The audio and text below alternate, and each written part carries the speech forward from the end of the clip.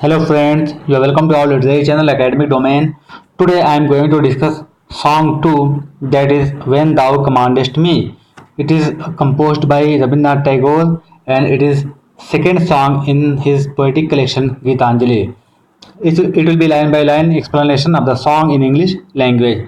And friends, before that, if you haven't subscribed my channel yet, please subscribe it and press the bell icon to get notified my new videos. Please like, share and give your valuable feedback in comment box so that I can improve in my next videos. And if you want to listen the explanation of the same song in Hindi language, please click the link given in description box.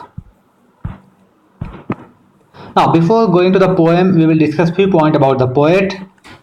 Rabindranath Tagore was Bengali poet, musician, artist, and first non-European Nobel laureate in literature. He translated Gitanjali from Bangla to English, which fetched Nobel Prize in 1913. His best known works are Gitanjali, that is Song Offerings, Gora, Fair Faced, and Ghare Baire, The Home and the World. Now we will discuss the poem here. This is the first stanza of the song of the poem, and it is a devotional song. And all the songs in Gitanjali are the devotional songs composed by Rabindranath Tagore. And he says that when thou commandest me to sing, it seems that my heart would break with pride, and I look to thy face, and tears come to my eyes. So here the poet says that here poet is addressing the God, and he is telling that when thou commandest me to sing, it means that when you have chosen me for your prayers, for your worship, and when you have commanded me, when you have ordered me to sing, it means that when you have given me order for your prayers, or when you have chosen me for the prayers, for the worship, it seems that my heart would break with pride. So what I felt, that I felt overjoyed, I felt very happy, and I felt that my heart will break with the pride. I felt proud on me that I have been chosen for you, to worship, to sing for you. And I look to thy face, and when I look at your face, because I'm not sure, I was not sure, I never expected that you love me too much. You will choose me for your prayers, for your worship. So when I look at your face, then tears come to my eyes. I feel overwhelmed, I feel overjoyed, and tears roll out from my eyes. Now the second stanza, all that is harsh and dissonant in my life melts into one sweet harmony, and my adoration spreads wings like a glad bird on its flight across the sea. So in the second stanza, poet says that all that is harsh and dissonant in my life, whatever is harsh, whatever the differences are in my life, whatever the odds in my life, whatever the differences or disharmony or unmelody in my life, all those problems, or whatever the problems in my life, all those problems, all those odds melt in and transform into sweet harmony when I feel that you have chosen me for your worship, and when I feel that you love me so much. So whatever the problems I have in my life, all those problems are transformed into happiness, into sweet harmony, and my adoration spreads wings like a glad bird on its flight across the sea. And my adorations and my worship is like a bird now. So it feels very happy, and my words, my adorations or my worship, spreads its wings like bird when it is spreading its wing at the time of flight.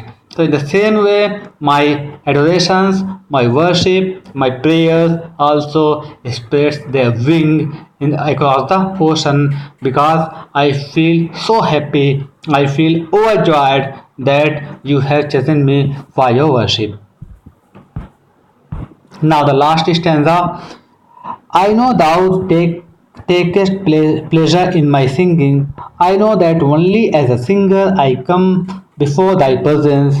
I touch by the edge of the far spreading wing of my song, thy feet which I never aspired to reach.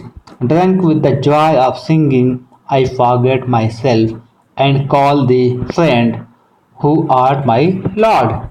Now, in the last stanza, the poet says that I know that thou takest pleasure in my singing. The poet says that I know, he's addressing the God and he is telling that I know that you take pleasure in my singing. I know that you take pleasure in my prayers, in my worship. It means you want me to worship to you because you love me so much, you like me so much. So the poet says that you take pleasure in my singing. I know that only as a singer I come before thy presence. And I know that only as a singer I could be very close to you, and I know that only as a worshipper I could be very close to you. I could reach you only as a worshipper. I touch by the edge of the far spreading wing of my song. And here poet says that I touch thy feet. Here thy feet.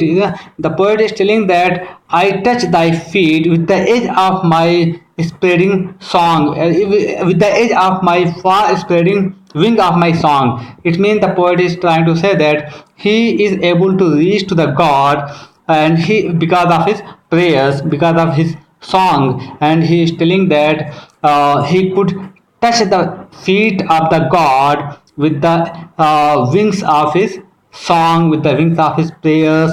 It means that he could be very close to God only because of his prayer, which I could never aspire to reach. And the poet says that I never expected that I will reach you. I never expected that I will be able to touch thy feet, your feet. I never expected that my songs, my prayers, my worship will be able to reach you, will be able to touch thy feet, will be able to touch your feet. I never expected. But because of my worship, I could reach you, I could be very close to you, drunk with the joy of singing. Now the poet says that I am so much drunk with the joy of singing. I feel overjoyed with my singing. I feel overjoyed that you have chosen me for to sing for you. I feel overjoyed that you have chosen me to worship you. So I forgot myself that what I am and call thee friend. And I forgot myself and I called thee friend. I called you friend in ecstasy. But later I realized that, oh, you are not your friend. You are my Lord. I am your worshipper. I am not your friend. So this is the last stanza.